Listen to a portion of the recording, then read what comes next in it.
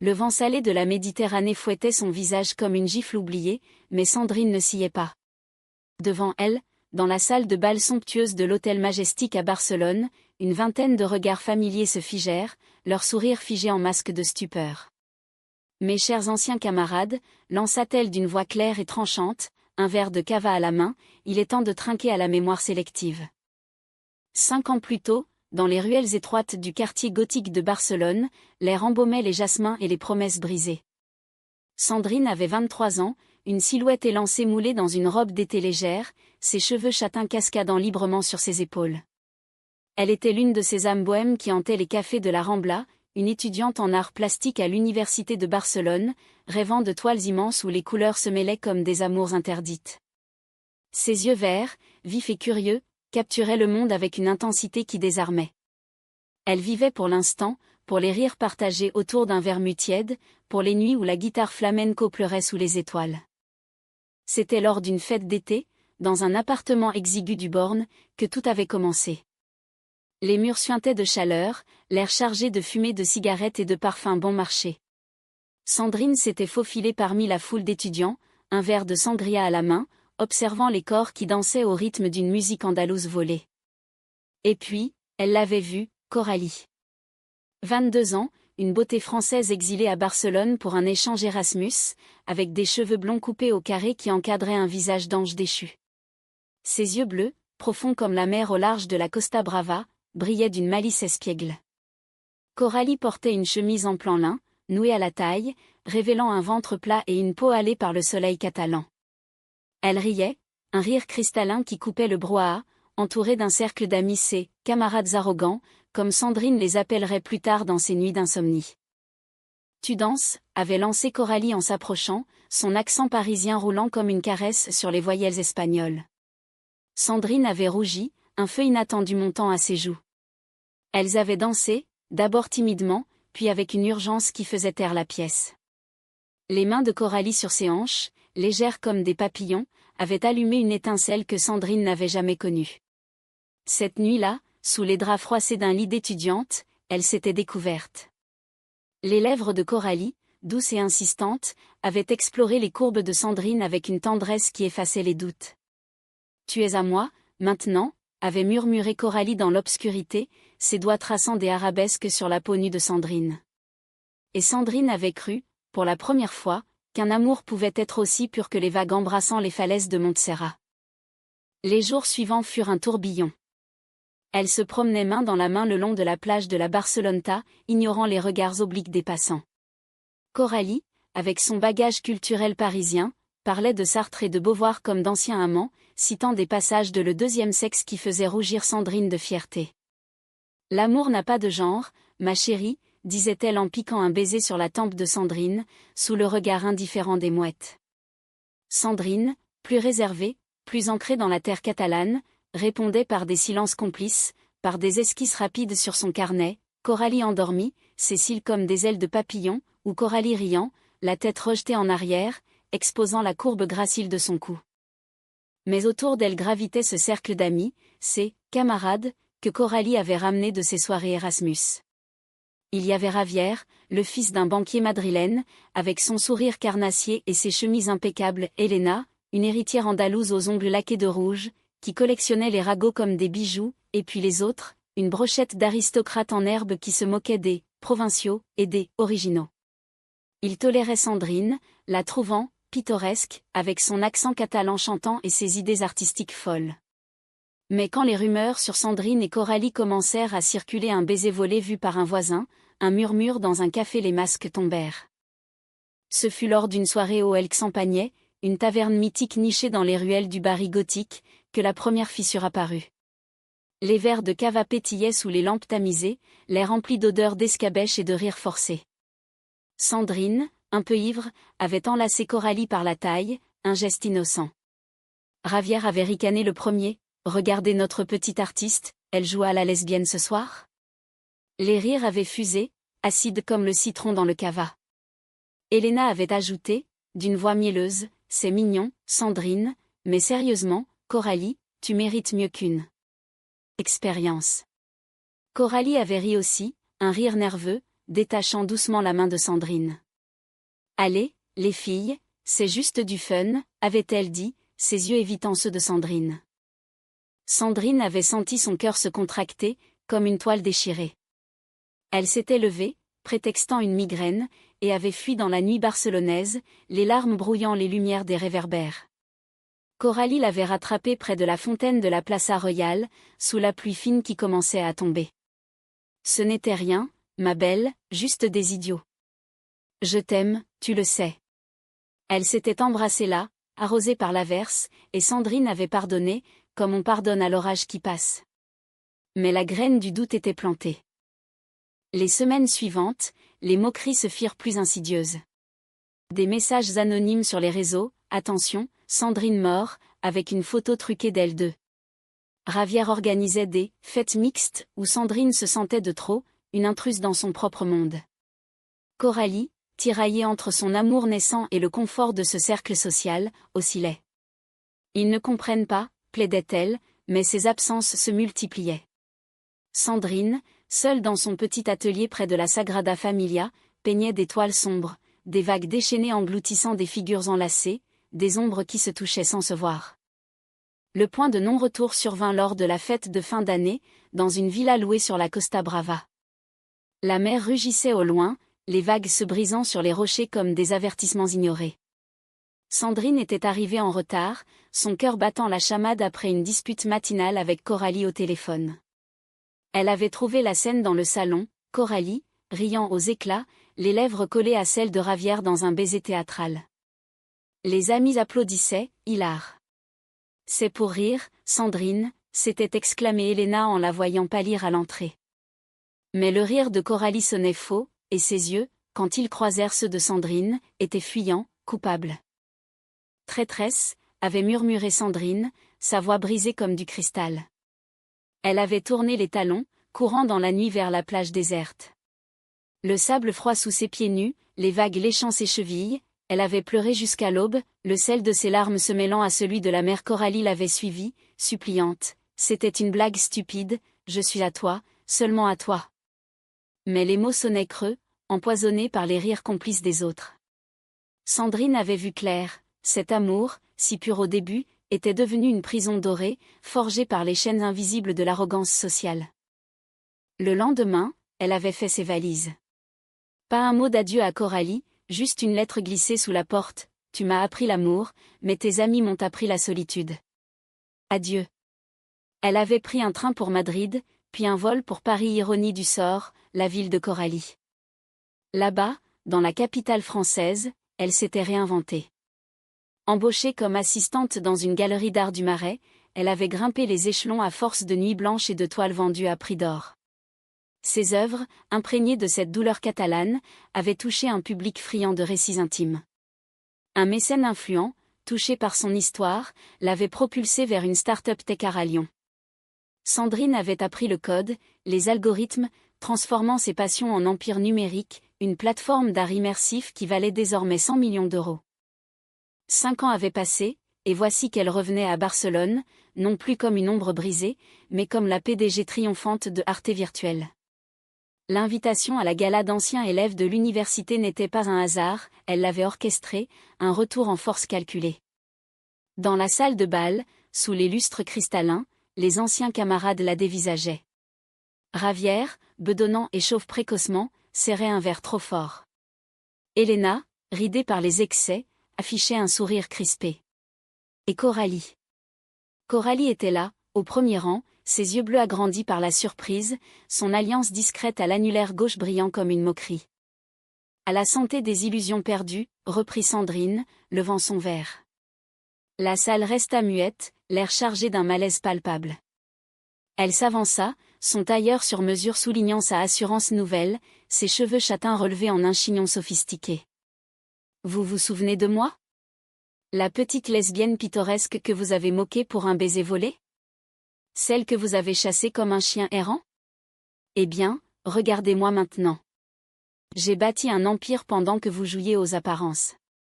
Un murmure parcourut l'assemblée. Ravière s'étrangla avec son cava.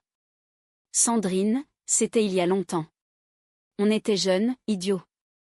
Mais sa voix tremblait, dépourvue de l'arrogance d'antan. Elena tenta un rire forcé. Tu as réussi, bravo.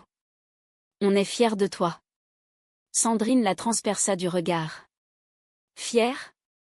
Comme vous l'étiez quand vous postiez ces photos truquées, quand vous faisiez de mon amour une blague? Non, Elena. Vous n'êtes pas fière. Vous avez peur. Elle pivota vers Coralie, qui s'était levée, pâle comme un spectre. 5 ans avaient adouci ses traits, ajouté une maturité mélancolique à son visage.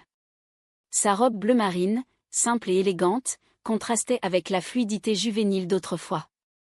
Et toi, Coralie, demanda Sandrine, sa voix se brisant malgré elle. As-tu ri le plus fort cette nuit-là, sur la plage? Coralie avança, les mains tremblantes. Sandrine. Je n'ai pas ri. J'ai pleuré, après. Tous les jours.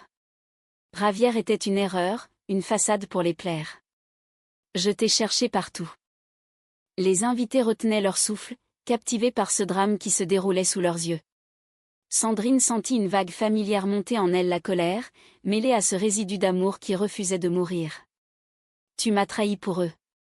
Pour leur approbation. Et maintenant, tu portes son anneau? Coralie toucha son alliance, les yeux baissés. C'est du passé. Un mariage raté, un divorce il y a 1 an. Je vis seule, Sandrine. Seule avec mes regrets.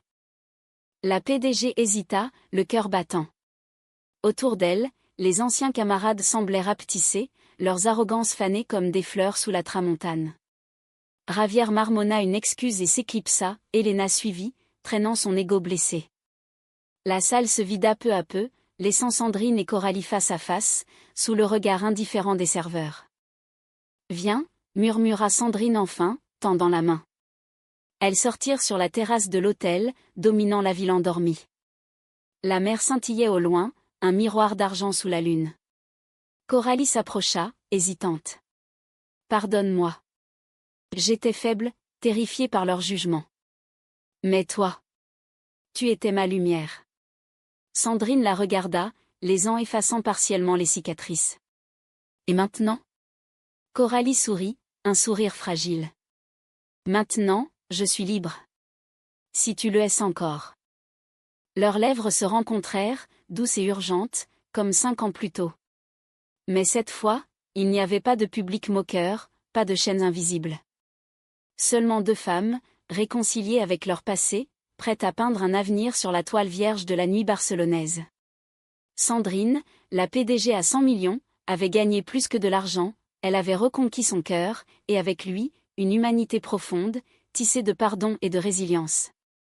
Pourtant, ce baiser sur la terrasse n'effaçait pas les ombres. Sandrine recula doucement, ses yeux verts scrutant ceux de Coralie comme pour y déceler un nouveau mensonge.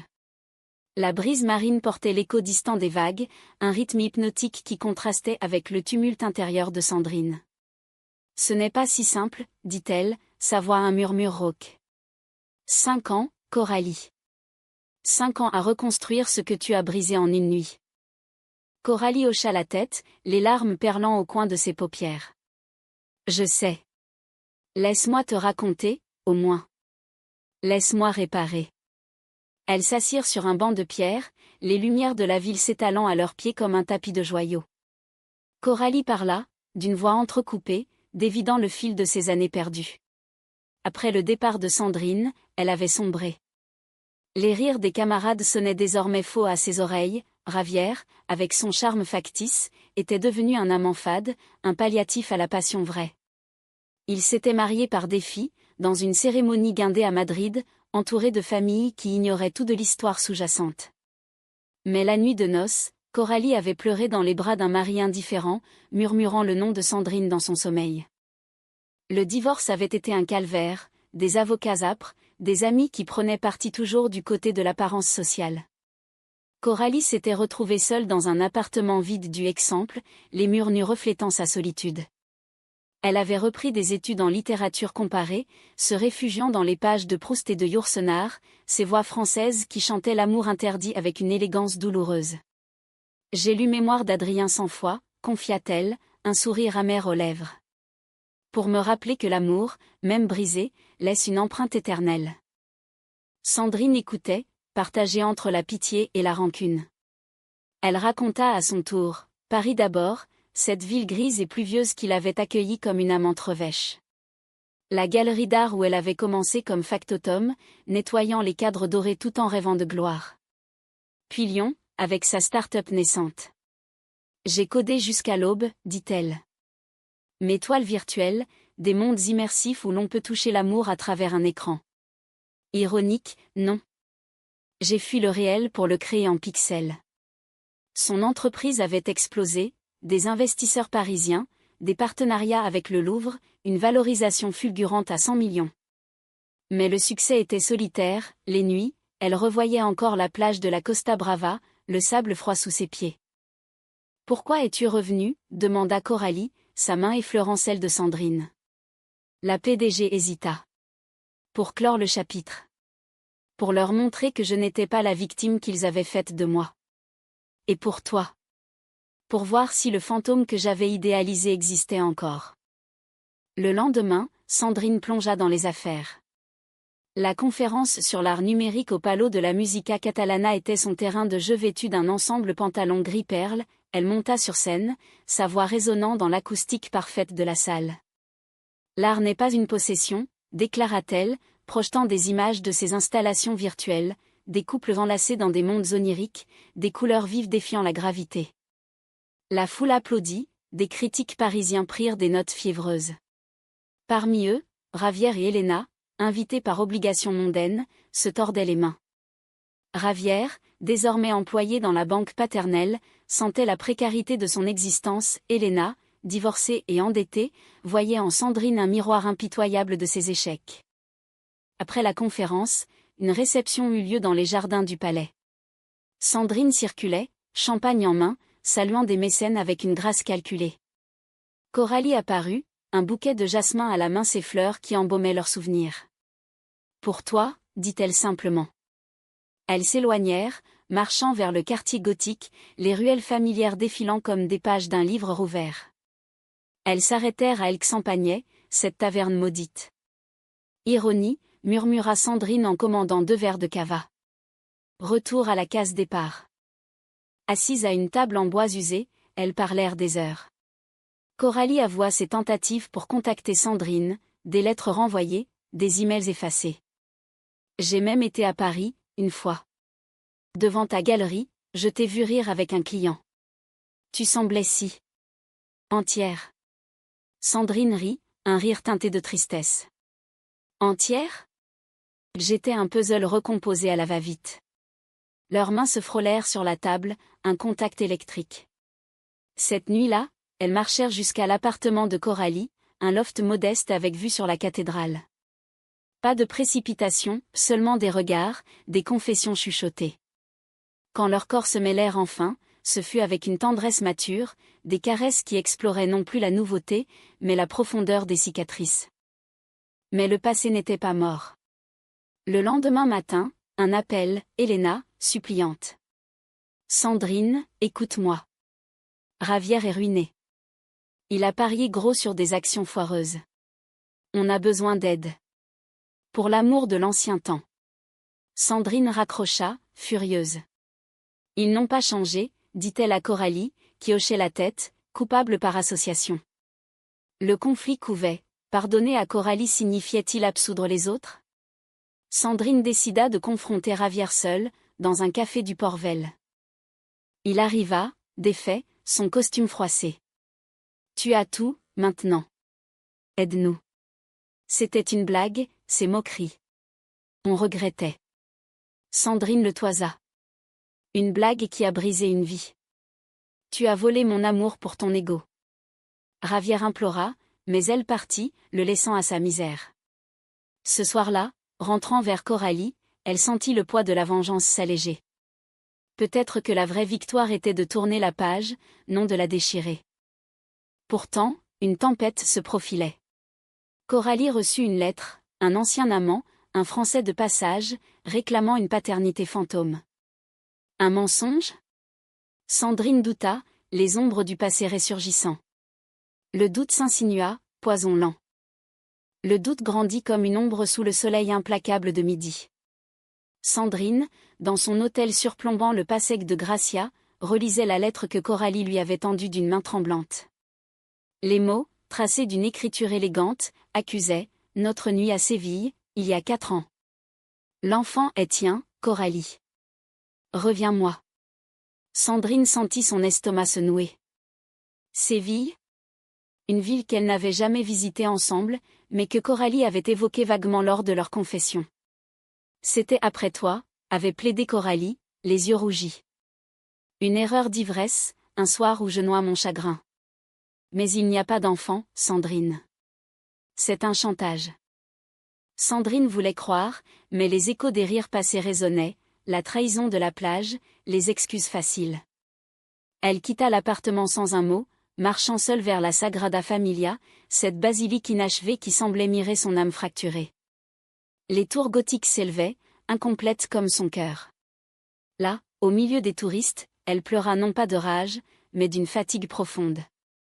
PDG à 100 millions, et pourtant si vulnérable face à l'amour. Coralie la trouva des heures plus tard, assise sur un banc de pierre. « Ne pars pas encore », supplia-t-elle, s'agenouillant dans la poussière. « Vérifions ensemble. Appelle-le, ou laisse-moi le confronter. » Elles rentrèrent, complices malgré la fissure.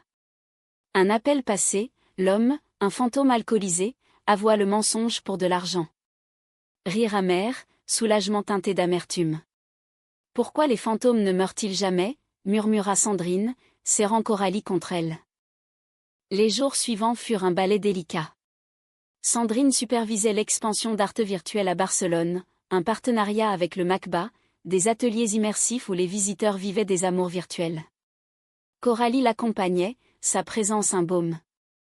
Elle redécouvrait la ville, un pique-nique au parc Güell, où les mosaïques de Gaudí scintillaient comme des promesses, une soirée au lycée, main dans la main lors d'une Carmen enflammée, ignorant les regards curieux. L'amour renaissait, plus nuancé, imprégné de la sagesse des ans. Les nuits, leurs corps s'entremêlaient avec une urgence apaisée, des murmures en français et catalan se mêlant comme des langues d'amants. Mais le caotrao approchait. Ravière, désespéré, organisa une réunion d'anciens, dans sa villa décrépite de Pedralbes. Invitation envoyée à Sandrine, pour enterrer la hache. Et peut-être un investissement. Elle y alla, Coralie à son bras, un duo invincible. La villa, autrefois fastueuse, puis à la décrépitude, meubles recouverts de draps, piscine vide. Les camarades étaient là, une dizaine, visages tirés par les regrets et l'âge. Elena, les yeux injectés de botox raté, servit des tapas fades. Nous étions des monstres, admit-elle, voix chevrotante. Mais le temps nous a punis. Ravière a tout perdu au jeu. Aide-nous, Sandrine. Pour Coralie. Coralie se raidit. Ne m'utilisez pas, Ravière s'avança, à genoux presque. Ton empire, Sandrine. Un prêt, juste pour repartir. Nous te devons tout. La PDG rit, un rire froid comme le Mistral. Vous me devez des excuses, pas de l'argent. Vous m'avez moqué pour mon amour, pour ma différence. Et maintenant, vous quémandez? La tension monta, des voix s'élevèrent, accusations volèrent. Elena hurla, c'est ta faute, Coralie. Tu nous as tous entraînés dans ton petit drame lesbien. Coralie pâlit, mais Sandrine la protégea d'un regard d'acier. Sortons, dit-elle, tirant Coralie vers la porte. Dehors, sous la pluie torrentielle, Ravière les rattrapa. Attends, cria-t-il. Dans un geste désespéré, il tenta de saisir le bras de Sandrine non violent, mais possessif. Coralie intervint, poussant Ravière qui trébucha dans une flaque. Ne la touchez pas. La scène, vue de loin, était pathétique, l'arrogant d'hier, couvert de boue, pleurant sa défaite. Rentrées à l'hôtel, Sandrine et Coralie s'effondrèrent, riant nerveusement puis pleurant. C'est fini, murmura Sandrine. Le passé. Nous restons. Mais le doute persistait, pouvait-on reconstruire sur des ruines? Les jours suivants, Barcelone sembla conspirer pour guérir les blessures. Sandrine décida de prolonger son séjour, transformant la conférence en résidence artistique. Arte Virtuelle ouvrait un studio éphémère dans l'ancien entrepôt du Poblenou, un espace brut où les murs de briques absorbaient les échos du passé. Coralie s'impliqua, utilisant ses connaissances littéraires pour curer des narrations immersives, des histoires d'amour lesbiennes inspirées de Sappho, projetées en hologramme dansant. Ensemble, elles travaillaient tard, leur rire remplissant l'atelier comme une musique oubliée. Pourtant, la confrontation finale avec le passé se profila. Une lettre arriva, Ravière, suicidaire présumé. Il a avalé des pilules, sanglota Elena au téléphone. À cause de toi, Sandrine. Ton refus l'a brisé. Coupable? Sandrine sentit le poids. Coralie la serra, non. C'est son arrogance qui l'a menée là. Mais allons voir. Pour clore vraiment. À l'hôpital clinique, sous les néons froids, Ravière gisait pâle, tubulure au bras. Ses yeux, injectés de regret, s'ouvrirent à leur vue. Je suis désolé, murmura-t-il, voix éraillée. J'ai tout gâché. Pour l'ego, pour l'apparence. Vous étiez si belles ensemble. Et j'ai ri. Pardonnez-moi. Sandrine, émue malgré tout, prit sa main. La vie n'est pas une blague, Ravière. Mais elle offre des secondes chances. Je t'aiderai pas pour l'argent, mais pour l'humanité. Une thérapie, un job chez moi. Recommence. Elena, en larmes, embrassa Coralie. Tu as toujours été la plus forte. Le pardon, humain et imparfait, c'est là le cercle. Dehors, sous un ciel étoilé, Sandrine et Coralie marchèrent vers la mer, et nous, demanda Coralie, vulnérable. Sandrine s'arrêta, la tournant face à la lune. Nous, c'est une nouvelle toile. Pas parfaite, mais nôtre. Viens à Paris avec moi. Ou Lyon. Construisons. Leur baiser, salé par les embruns, fut une promesse. Sandrine, la PDG, n'était plus seule, Coralie, la repentie, n'était plus fantôme. Elles rentrèrent à l'atelier, peignant ensemble, une œuvre commune, des vagues apaisées enlaçant deux silhouettes, symbole de résilience. 5 ans après les moqueries, Sandrine revenait non pour venger, mais pour aimer profondément, humainement. Barcelone les vit partir main dans la main, vers un horizon où l'amour, enfin libre, fleurissait comme les amandiers en mars. Et dans le cœur de Sandrine, la cicatrice devint étoile, guidant vers un avenir romantique, cassé à ch'tine, mais profondément humain.